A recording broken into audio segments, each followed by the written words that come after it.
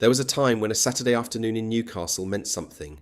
You'd come through the Granger market under that soaring roof, 180 butchers' stalls, the shouting and the bustle, the smell of fresh meat and sawdust and roasting chestnuts, and step out onto Grey Street, where the curve of honey-coloured sandstone caught the last of the afternoon light and pulled your eye downhill toward the river.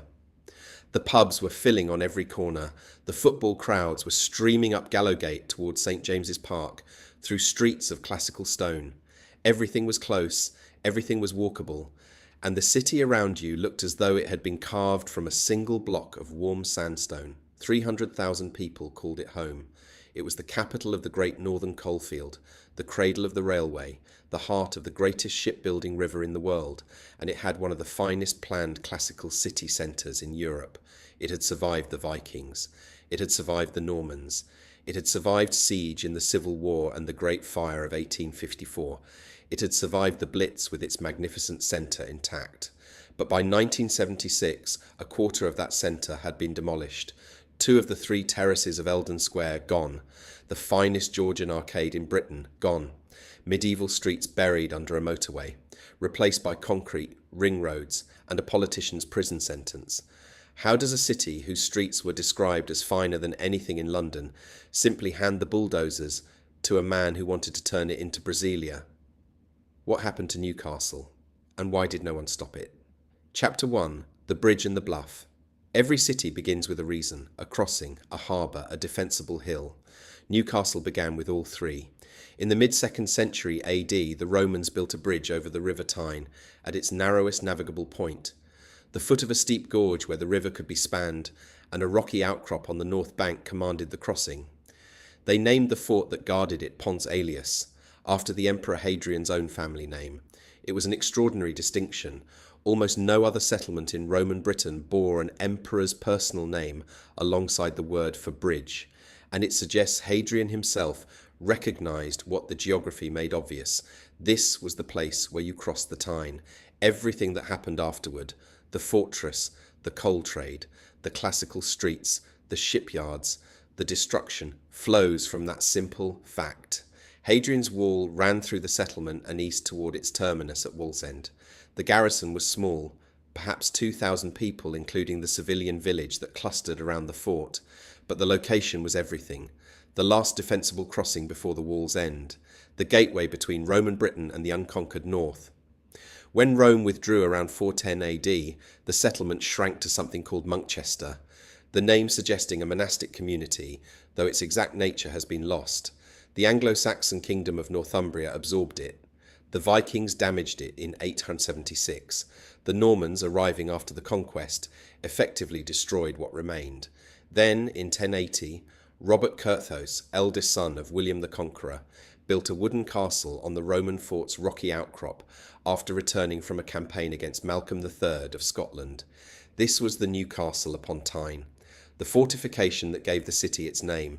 A century later, Henry II rebuilt it in stone, a roughly square keep, 62 feet by 56 feet, 81 feet tall, with walls up to 18 feet thick. That keep still stands, the oldest building in Newcastle, older than the city itself in all but name, watching over the same river crossing that Hadrian watched 1900 years ago. The bluff, the bridge, the river, everything that Newcastle became was already present in those 3 facts. The rest was time. Chapter 2. Walls of stone, rivers of coal. By the 13th century, Newcastle had become one of England's most important towns, a garrison, a trading port, and the emerging capital of the coal trade. Henry III granted its coal charter in 1239, beginning what would become more than 7 centuries of association with the region's black diamonds. The expression carrying coals to Newcastle was already proverbial by the 1500s. Coal exports to London surged from 35,000 tonnes in 1565 to 400,000 tonnes by 1630. The river was everything. The Tyne carried coal south and the profits built a city. But the coal wasn't the only thing that mattered. Between roughly 1265 and the middle of the 14th century, Newcastle enclosed itself in stone.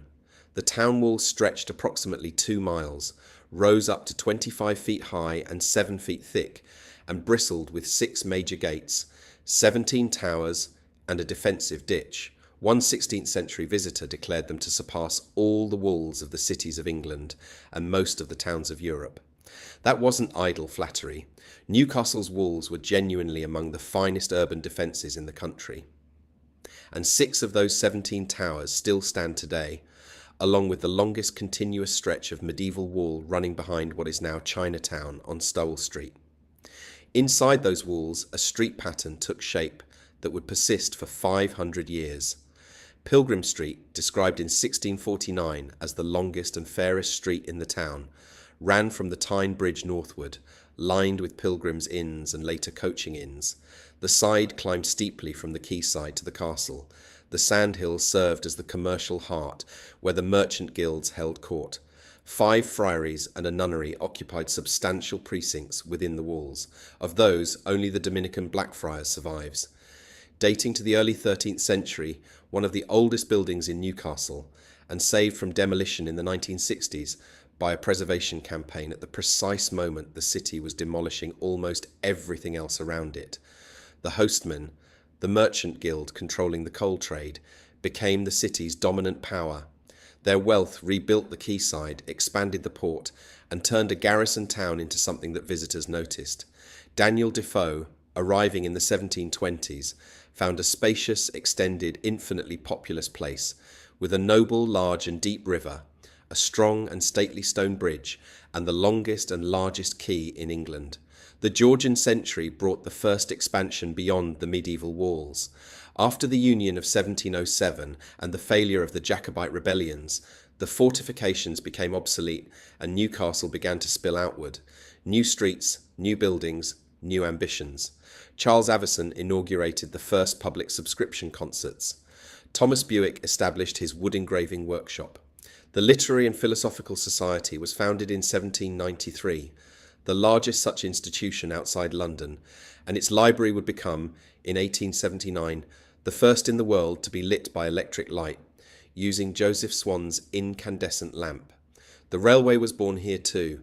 George Stephenson and his son Robert established the world's first locomotive factory near 4th Street in 1823. All Saints' Church was rebuilt in 1786 by local architect David Stevenson, a magnificent Georgian church that John Bitumen would later call one of the finest in the country. Its tower, added in 1796, became a defining feature of the quayside skyline. By the early 1800s, Newcastle was a city of coal, engineering, intellect and increasingly fine stone. It had survived the Vikings, it had survived the Normans, it had survived siege and sacking in the Civil War, it had survived the Great Fire of Newcastle and Gateshead in 1854, and it was about to be remade entirely, not by catastrophe, but by a carpenter's son with a vision that would rival anything in Europe. Chapter 3. The Man Who Built a City in Stone. Richard Grainger was born in 1797 in High Friars Lane, the son of a quayside porter and a seamstress. Educated at St Andrew's Charity School, apprenticed to a carpenter at 12, he started as a builder at 20. He was ambitious, tireless, and possessed of a conviction that his city deserved something better than what it had. In 1831, an opportunity arrived. George Anderson died, and his estate, Anderson Place, a house with extensive grounds inside the town walls, came up for sale. Grainger bought it for £50,000, with an additional £45,000 for surrounding properties. He secured the backing of John Clayton, the politically connected town clerk, and presented a comprehensive development plan to the council. Then he built it. Working with John Dobson, the finest architect in the north of England, born in 1787, trained in the classical tradition, and fellow architect Thomas Oliver, Grainger constructed an entirely new city centre in just 7 years. 9 new streets, the Grainger Market, the Theatre Royal, Gray's Monument, Eldon Square, the Central Exchange. He found Newcastle of bricks and timber and left it in stone. Grey Street was the masterpiece, a sweeping curve of honey-coloured sandstone running downhill from Gray's Monument toward the river. 4 stories of classical facades with vertical dormers, domes, turrets, and the Theatre Royal's portico projecting into the street line halfway down. Nicholas Pevsner called it one of the finest streets in England. John Bitumen went further. Not even Regent Street, even old Regent Street London can compare with that descending subtle curve. The east side was designed by Dobson, the west by John Wardle and George Walker from Granger's own office. In 2010, BBC Radio 4 listeners voted it the best street in the United Kingdom, 175 years after it was built. Eldon Square came first, 3 terraces of 2.5 stories facing a central garden, designed by Dobson in 1824 and built by Granger between 1825 and 1831. Finely cut ashlar facades, continuous cast iron balconies decorated with Grecian honeysuckle patterns, giant Doric pilasters at each terrace end, 27 bays on the east and west sides, 39 on the north. Named after the first Earl of Eldon, born in Newcastle in 1751, it was one of the most beautiful Georgian squares in England. The Granger Market opened on the 24th of October 1835, designed by Dobson, a meat market with 180 butchers' shops arranged across 4 avenues, each 338 feet long, and a separate vegetable market. To celebrate the opening, a grand dinner for 2,000 guests was held inside the vegetable market, tables stretching the entire length of the hall, speeches echoing under Dobson's soaring iron and glass roof. The market is still open today, Grade 1 listed, and still home to what may be the smallest Marks and Spencer in existence, the original Penny Bazaar, operating on the same site where Michael Marks first set up his stall. Then came the Royal Arcade, built in 1831 on Pilgrim Street.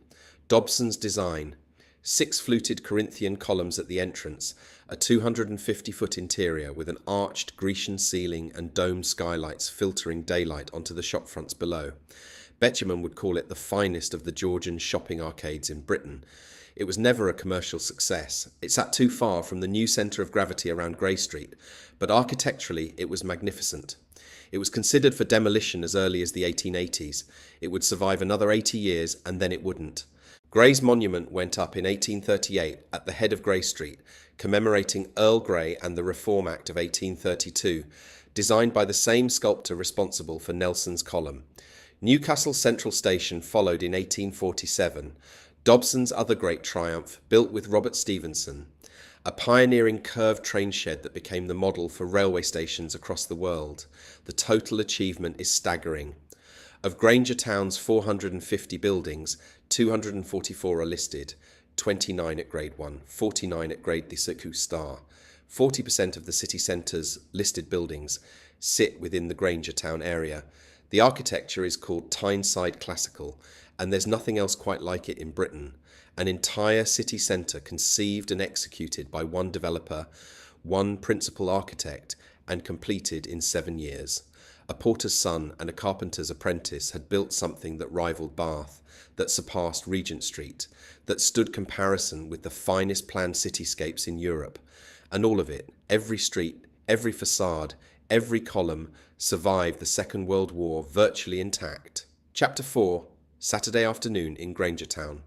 Walk through Newcastle on a Saturday afternoon in the last years before the war, and this is what you'd find. You'd start at the monument, Earl Grey on his column, 135 feet above the pavement, gazing south toward the river. Beneath him, the top of Grey Street, the gentle curve beginning its descent. Late afternoon light catching the sandstone, the facades glowing warm against the northern sky. The Theatre Royal lit up on the east side, the restaurants and professional offices filling, the Bank of England on the west side. The particular quality of that curve, the way each building steps slightly forward or back from its neighbour, creating a rhythm that's classical but never rigid, drew the eye downhill toward the river as if the street itself were pulling you along. Turn west and you'd reach the Granger Market. Under Dobson's roof, 180 butchers' stalls still thundering with trade, the shouting and bustle, the smell of fresh meat and sawdust and flowers, the clatter of cleavers on chopping blocks, Marks and Spencer's Penny Bazaar in the corner, barely bigger than a market stall, the original shopfront still selling haberdashery and household goods for pennies. In winter, the smell of roasting chestnuts drifting from the entrance. The market had been open for over a century by then, and it hadn't slowed down. This was where Newcastle fed itself, where housewives from the terraces of Elswick rubbed shoulders with the wives of shipping magnates from Jesmond, where the price of a pound of mince was a matter of public negotiation conducted at full volume. South from the market and down the hill, through the narrow streets toward the quayside, and the city aged with every step. The medieval lanes near the river were the oldest part of Newcastle still standing. The side climbed steeply from the quayside to the castle, its cobblestones worn smooth. The castle keep on its bluff, 800 years old, its walls scarred and darkened, the main East Coast Railway line running rudely through the centre of its grounds, severing the keep from the Black Gate, a 19th century act of vandalism. That railway cut, though nobody called it that at the time. The working docks were still busy, coal and commerce, cranes swinging, the salt and tar smell of the river drifting up through the streets. On Pilgrim Street, still the longest street in the city, still carrying echoes of its medieval past, the Royal Arcade stood at the foot, grand but fading, its commercial life long gone, its 6 Corinthian columns and domed skylights surviving more on inertia than purpose. A few doors away, Alderman Fenwick's house at number 98 to 100, a late 17th century brick house, the most complete historic dwelling in Newcastle, the last visible fragment of Pilgrim Street's Tudor and Stuart past. And Eldon Square, the 3 Georgian terraces around the War Memorial, unveiled by Earl Haig in 1923, sculpted by Charles Leonard Hartwell, St. George, and the dragon in bronze. The square still served as a quiet centre amid the bustle. Office workers eating sandwiches on the benches, children from the surrounding streets playing on the grass, the continuous cast-iron balconies running the length of the terraces, the Grecian honeysuckle pattern cold and smooth under your hand if you reached up to touch them. Harriet Martineau, the author and social campaigner, had once stayed at number 28 for 6 months with her brother-in-law, a building that would be demolished a century later for a shopping centre. On Northumberland Street, the great department stores presided. Fenwick, the flagship, family-owned since 1882. Bainbridge's, one of the oldest department stores in the world. The football crowds on Gallowgate would stream toward St. James Park through streets of classical stone. The Saturday ritual as fixed as the architecture. The market in the morning, the match in the afternoon, the pubs in the evening, and the pubs were everywhere, on every corner, filled with shipyard workers and clerks and students and miners in from the coalfield, the particular sound of Geordie voices, that dialect, incomprehensible to southerners, marking everyone who spoke it as belonging to this city and no other. Newcastle's people were famously distinct, the warmth, the pride, the fierce loyalty to place. The city was overwhelmingly working class, the shipyard workers of the Tyne, the miners of the great northern coalfield, the factory hands of Elswick, but it was also a city of serious intellectual culture. The Literary and Philosophical Society had been running for 140 years. Armstrong College was growing into what would become Newcastle University. There was no contradiction in this. Newcastle's working class had always been self-educating, politically active, fiercely independent. The man who would transform the city and destroy much of it came from exactly this tradition. Guidebooks described the walk down Grey Street as one of the great urban experiences in England. Visitors from London were startled by the classical grandeur. This was supposed to be a northern industrial city, not a rival to Bath or Edinburgh. But it was. It was a city that looked as though it had been carved from a single block of warm sandstone. And in 1939, every stone of it was still in place. The Luftwaffe would test that. Between July 1940 and December 1941, the Newcastle Blitz killed close to 400 people and damaged residential areas, particularly in the East End, Byker and Heaton. A raid on the 1st of September 1941 destroyed the Manners Goods station. The fire burned for a week. 50 people died. Over 1,000 were left homeless. But this was an industrial target east of the city centre. The great classical heart, Grainger Town, Grey Street, Eldon Square, the markets, the Royal Arcade, survived the war virtually unharmed. What the Luftwaffe could not accomplish, Newcastle's own leaders would. Chapter 5. The Man with a Plan. Thomas Daniel Smith was born in 1915 in Wallsend, a shipbuilding town on the edge of Newcastle. His father was a communist coal miner who quoted Plato and Marx. His mother was a cleaner who worked double shifts. Smith was unemployed through much of the 1930s, but founded a painting and decorating business in 1937. Its local nickname was One Coat Smith. He was a conscientious objector during the war. By 1950, he was on Newcastle City Council. By 1953, chairman of the Labour Group. In 1958, Labour won the local elections, and in 1959, Smith became leader of the council. He was 44 years old, 6 feet tall, charismatic, hectoring, brilliant, and utterly convinced that Newcastle's Georgian and Victorian architecture was an obstacle to progress. Smith wasn't a Philistine, that's the complicated part. He pumped money into local arts institutions. He supported the expansion of Newcastle University. He championed the North East at a time when the region was hemorrhaging jobs and hope. The Architects' Journal elected him Man of the Year. Lord Hailsham was sent north by the Conservative cabinet specifically to counter his influence, but Smith believed the old city was obsolete. He wanted to separate pedestrians from traffic. He wanted a city in the sky, elevated walkways connecting modern buildings above a new road network. He wanted towers and precincts and a motorway driven through the heart of the city. He wanted, as he told anyone who would listen, to make Newcastle the Brasilia of the North. He'd never been to Brasilia. He invited Le Corbusier himself to design what would have been the architect's only building in Britain. It never materialised. He commissioned Arne Jacobsen, the Danish master, designer of the iconic ant chair, to redesign Eldon Square. Jacobsen was sacked after Smith left the council. Even the consolation of a replacement by a great architect was denied to the city. Smith's first major act was to create one of the first freestanding planning departments in England and recruit Wilfred Burns to run it. Burns was born in 1923, had studied civil engineering at Liverpool, served in the Admiralty during the war, and worked on the post-bombing reconstruction of Coventry. A bitter irony, since he was now proposing to demolish buildings that had survived the very kind of destruction his previous work had tried to repair. Together, Smith and Burns drew up the 1961 plan for the centre of Newcastle and the 1963 Development Plan Review. The proposals were sweeping: old terraced housing replaced by tower blocks, the medieval street pattern replaced by a road network built for cars, pedestrians lifted onto elevated walkways above the traffic. Burns wrote explicitly that the city centre must cater to the maximum extent possible for car traffic. The Evening Chronicle noted that the output of his department became prodigious. One radical plan after another for new buildings, new roads, motorways, shopping centres and precincts. The plans preserved the historic core around Grey Street, but they targeted everything around it, and everything around it included some of the most significant architecture in the city. Smith compared his inner motorway east plan to the canals of Venice.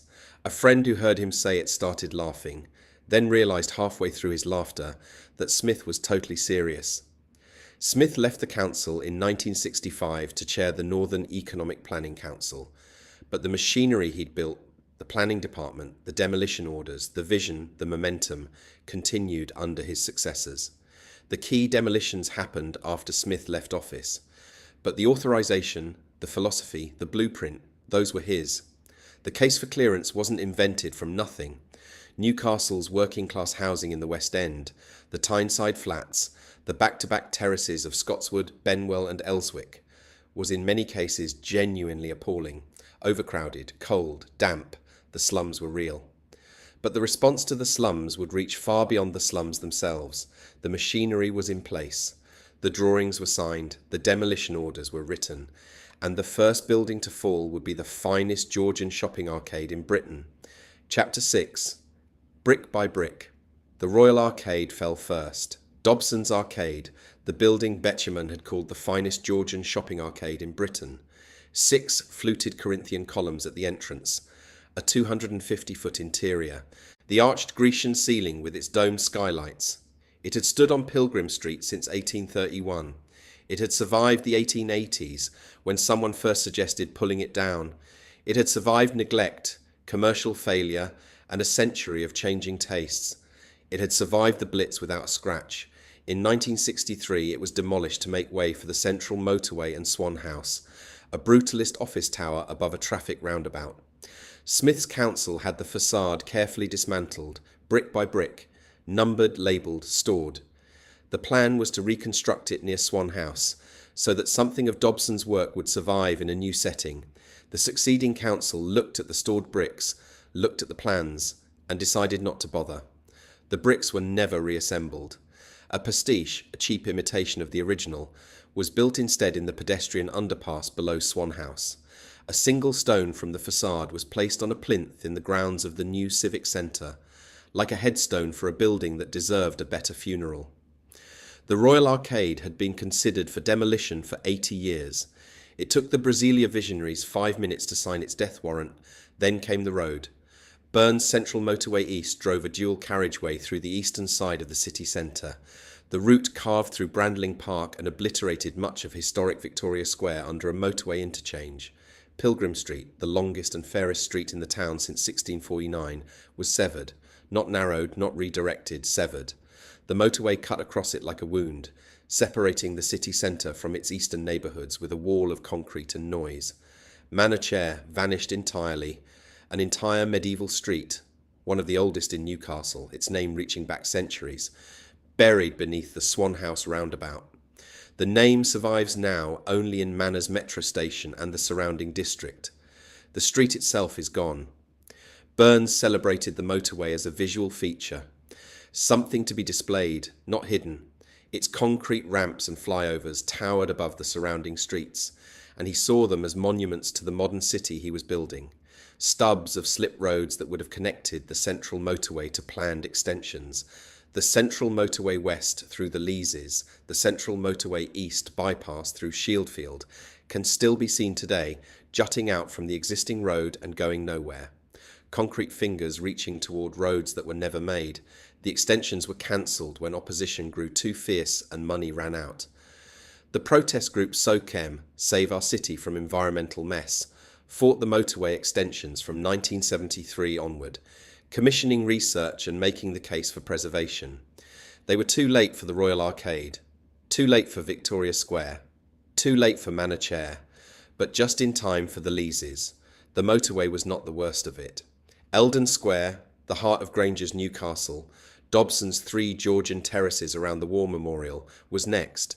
The North Terrace came down first in the late 1960s, 39 bays of finely cut ashlar. Then the West Terrace followed in the early 70s, 27 bays, the continuous cast iron balconies with their Grecian honeysuckle decoration, the ironwork that had been cold and smooth under 140 years of fingers, reduced to scrap. The giant Doric pilasters at the terrace ends toppled, 2 of the 3 sides of one of the most beautiful Georgian squares in England, demolished to make way for a shopping centre. The Eldon Square shopping centre opened in 1976 as the largest indoor shopping centre in the United Kingdom. It was functional, it was profitable, it was architecturally nothing. The Eastern Terrace survived. It is now Grade 2 star listed. It stands alone, facing a blank wall of shopping centre concrete where its matching terrace once stood, like a wing of a building whose body has been amputated. The War Memorial still stands in front of it. St George still fights the dragon, but the square that gave the memorial its setting, the 3-sided embrace of classical stone that made it a place rather than a traffic island, is gone. The Victorian Town Hall had stood in the big market since 1858, a neoclassical building with classical columns and intricate stonework that embodied the civic pride of a city that believed in itself. It was demolished in 1973 after the council decamped to George Kenyon's new civic centre on the northern edge of the city.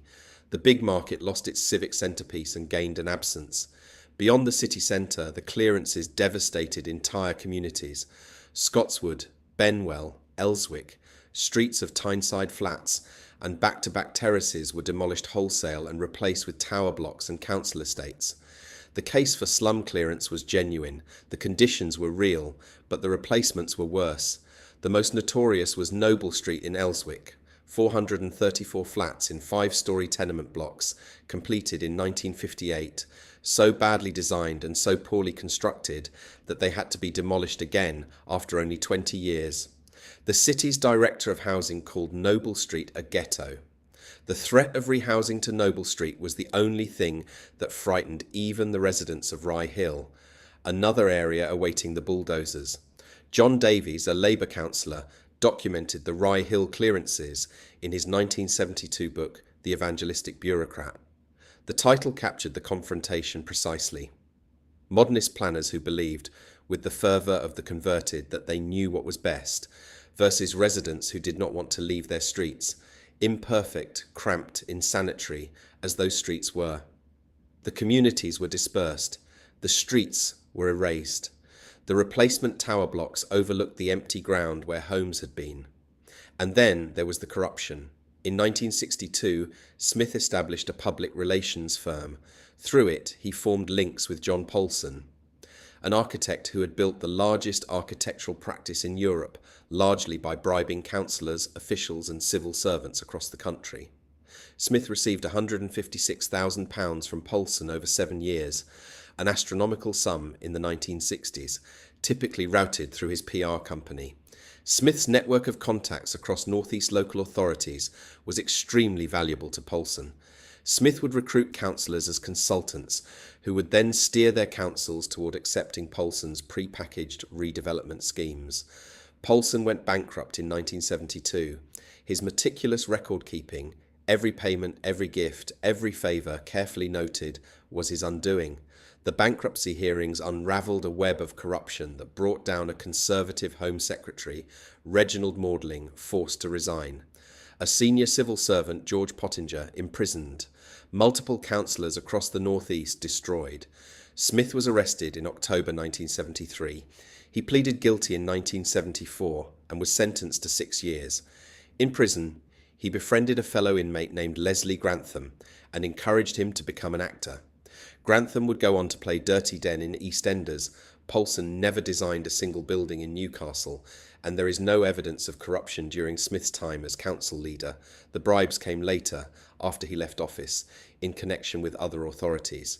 But the man who set the demolitions in motion and the man who went to prison for corruption were the same man.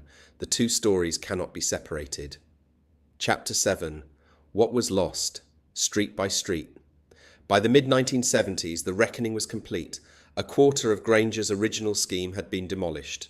The specific losses, taken one by one, amounted to this: Eldon Square, 2 of the 3 Dobson terraces gone, 54 bays of Georgian perfection replaced by the largest shopping centre in Britain, a concrete and glass box that made no attempt to acknowledge what it had replaced.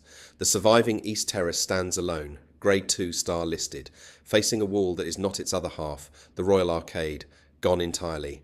The finest Georgian shopping arcade in Britain reduced to a pastiche in an underpass and a single stone on a plinth. What stands in its place is Swan House, renamed 55 Degrees North after a 2004 refurbishment that converted it into 165 executive flats. A brutalist office tower sitting above a traffic roundabout, on the site where Dobson's Corinthian columns once filtered daylight through domed skylights onto the shop fronts below. Pilgrim Street, severed by the motorway, its medieval and Georgian fabric largely demolished. Alderman Fenwick's house at 98 to 100, the most complete historic dwelling in Newcastle, dating to the late 1600s, still stands marooned near the Swan House roundabout, a fragment of a street that no longer exists, a house that once had neighbours, now standing in the acoustic emptiness of a traffic junction, the Victorian Town Hall, the big market's civic centrepiece, gone since 1973, replaced by nothing in particular, the market square left to its pubs and an increasingly rough reputation, Victoria Square, buried under a motorway interchange. The name survives on maps, the place does not. Manachair, an entire medieval street, its history reaching back further than anyone can trace with certainty, recalled now only by the name of a metro station and a district that bears no relationship to what was there before.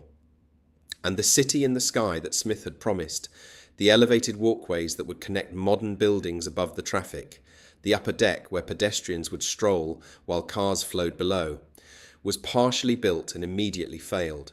Walkways above John Dobson Street, Princess Square, Buick Court, elevated concrete paths linking brutalist buildings, exposed to the wind, leading from nowhere to nowhere. The vision required a complete network to function. What was actually built was a series of disconnected fragments, windswept and unused, that have since been mostly demolished or closed. The future that justified the destruction of the past never arrived. The buildings that replaced what was lost tell their own story. Swan House, later 55 Degrees North, was designed by Robert Matthew Johnson Marshall, a brutalist office block on a traffic roundabout. The pedestrian underpass beneath it, where the arcade pastiche was installed, is a deliberately melancholy space, though whether the melancholy was intended by the designers or simply emerged from the act of walking underground, where Dobson's skylights once let in the sun, is an open question. The Eldon Square shopping centre opened in 1976 and did what shopping centres do. It was subsequently rebranded as Into Eldon Square in 2013. The owners, Into, went into administration in 2020. The building that replaced Dobson's masterpiece could not even keep itself solvent. The Civic Centre, completed in 1967 and opened in 1968 by King Olav Fais of Norway, reflecting Newcastle's centuries-old Scandinavian trading connections, is the one building from the Smith era that has been universally praised. Designed by city architect George Kenyon, it is Grade 2 star listed. Sculptures by David Wynne, the river god Tyne, the swans in flight, adorn its courtyard. Seahorses by John McChain sit atop the Caroline Tower. The council chamber was deliberately built large enough to serve as a northern regional assembly, reflecting Smith's dream of regional devolution. That dream, like so many of his dreams, never came to pass. The central motorway remains, a dual carriageway driven through the eastern city centre, physically separating the centre from its eastern neighbourhoods. Burns celebrated it as a visual feature. Residents experienced it as a scar. The planned extensions were cancelled. The stubs remain. Some of the replacements have themselves already been replaced. Noble Street lasted 20 years. Killingworth Towers, designed in 1972, was demolished in 1987. Westgate House, built in 1972, was demolished in 2006. Basil Spence, the architect of the new Coventry Cathedral, the nation's most celebrated act of post-war rebuilding, also designed Newcastle's Central Library. It too was demolished. The Get Carter car park in neighbouring Gateshead, Trinity Square, the most iconic brutalist structure in the region, made famous by the Michael Caine film, was demolished in 2010.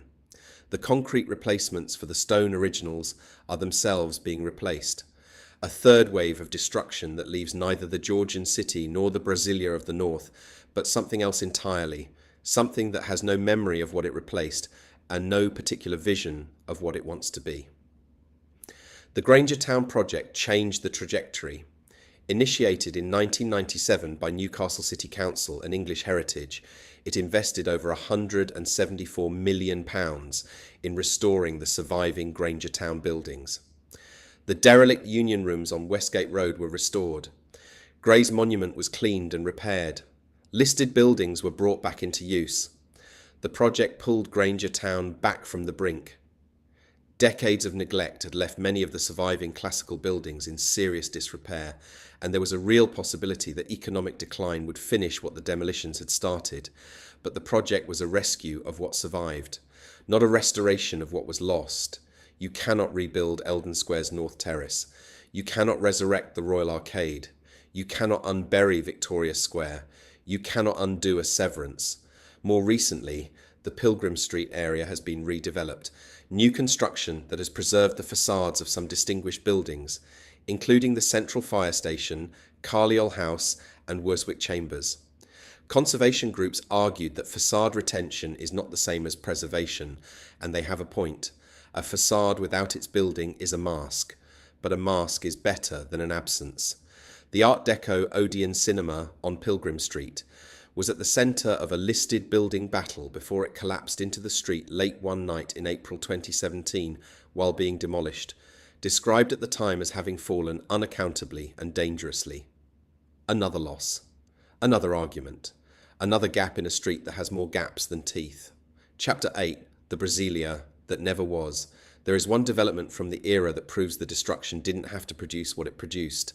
The Biker Wall estate, designed by Swedish architect Ralph Erskine and built between 1969 and 1982, replaced terraced housing in the biker neighbourhood east of the city centre. Erskine did something almost nobody else in Britain was doing at the time. He consulted the community being rehoused, extensively. He set up an office on site. He listened to what people wanted. He produced a design that was humane, colourful, responsive to the landscape, a long, curving wall of housing that sheltered the community from the motorway noise while opening south toward light and air. It is now Grade 2 star listed. It is one of the most celebrated social housing projects in Europe. The Biker Wall stands as proof that the 1960s and 70s did not have to mean what they meant for the rest of Newcastle. Better was possible. Consultation was possible. Architecture that respected the people it housed was possible. It just wasn't what the city centre got. What the city centre got was a shopping centre where a Georgian Square had been, a traffic roundabout where the finest arcade in Britain had stood, a motorway where medieval streets once ran, elevated walkways that went nowhere, tower blocks that lasted 20 years, and a politician's prison sentence. People lived in it. Geordies, the most loyal, the most stubborn, the most devoted people to their city in all of England, adapted. They shopped in Eldon Square, they drove on the central motorway, they continued to fill St James Park and the pubs of the big market. They continued to love Newcastle, not because of what had replaced the old city, but in spite of it. The pride didn't die when the buildings came down. The pride was never about the buildings alone. It was about belonging to this place, this river, this accent, this tribe. But the older Geordies remember. They remember the three-sided square. They remember the arcade. They remember Pilgrim Street before the road cut through it. They remember when you could walk from the monument to the quayside, through streets that matched, streets where every building spoke the same classical language, where the stone was the same warm honey colour, where a porter's son had built something that made London visitors catch their breath. Smith's story, and Newcastle's, was immortalised in Peter Flannery's Our Friends in the North. First performed by the RSC in 1982, with Jim Broadbent in the role of Austin Donahue, the character based on Smith, then adapted as a BBC television drama in 1996 with Alan Armstrong. The series remains one of the definitive accounts of post-war northern political corruption and of the gap between visionary ambition and what ambition actually delivers when it holds a demolition order. Chapter 9. What the Geordies still remember. Grey Street survives, still curving, still warm, still catching the late afternoon light the way it did when Dobson drew the east side elevations 2 centuries ago. The Theatre Royal survives. The Granger Market survives. Dobson's roof, the butcher's stalls, the penny bazaar. Grey's monument survives. Newcastle Central Station survives. Its curved trains shed still one of the great Victorian railway stations in Britain. The eastern terrace of Eldon Square survives, alone, listed, facing concrete. The castle keep survives, still watching the river from the same bluff where the Romans built Ponce Aelius. The Blackfriars survives, restored in the 1970s, the medieval friary that was nearly lost, and somehow wasn't. The town walls survive in sections, the longest stretch running behind Chinatown. The towers still standing after 700 years. All Saints' Church survives, though it lost its congregation when the surrounding parish was demolished. Deconsecrated in 1961, it passed through various uses before an evangelical Presbyterian congregation signed a 150-year lease in 2019. Betjeman's one of the finest churches in the country, still standing, still waiting for the neighbourhood that was taken away from it. Smith died in 1993. He died alone, on the 14th floor of a tower block in Spitaltongues, one of the high-rise buildings his vision had created. He was 78. The man who wanted to build the Brasilia of the North ended his life in a concrete tower, looking out over a city that was neither Brasilia nor the Newcastle he'd demolished to make room for it. Walk through the city centre today, and the absences are visible, if you know where to look. The eastern terrace facing its concrete wall, the stubs of slip roads on the motorway, reaching toward roads that were never built, Alderman Fenwick's house, marooned near the roundabout, the single stone from the Royal Arcade, standing on its plinth in the civic centre grounds like a war memorial for a building. There's a photograph in the city archives, Eldon Square with all 3 terraces, the iron balconies, the Doric pilasters, the ashlar facades in afternoon light. The war memorial in the centre, St George and the Dragon, surrounded on 3 sides by the classical stone that gave the space its meaning. Older Geordies look at that photograph and something tightens behind their eyes. The photographs carry a particular weight in Newcastle because the destruction wasn't an act of war. There's nobody to blame but ourselves. The bombs didn't do this. We did this. And Grey Street, still descending, still curving, still finer than Regent Street. Still here, because even the Brasilia visionaries knew better than to touch it. The street that Betjeman loved, the street that Pevsner praised, the street that a porter's son built in 7 years, and that 2 centuries of weather and war and 1 catastrophic decade of planning could not take away. It catches the light now the way it always has, warm sandstone against the northern sky, the gentle curve pulling your eye downhill toward the river, the same river the Romans crossed, the same crossing that started everything. Some things, it turns out, are harder to demolish than others.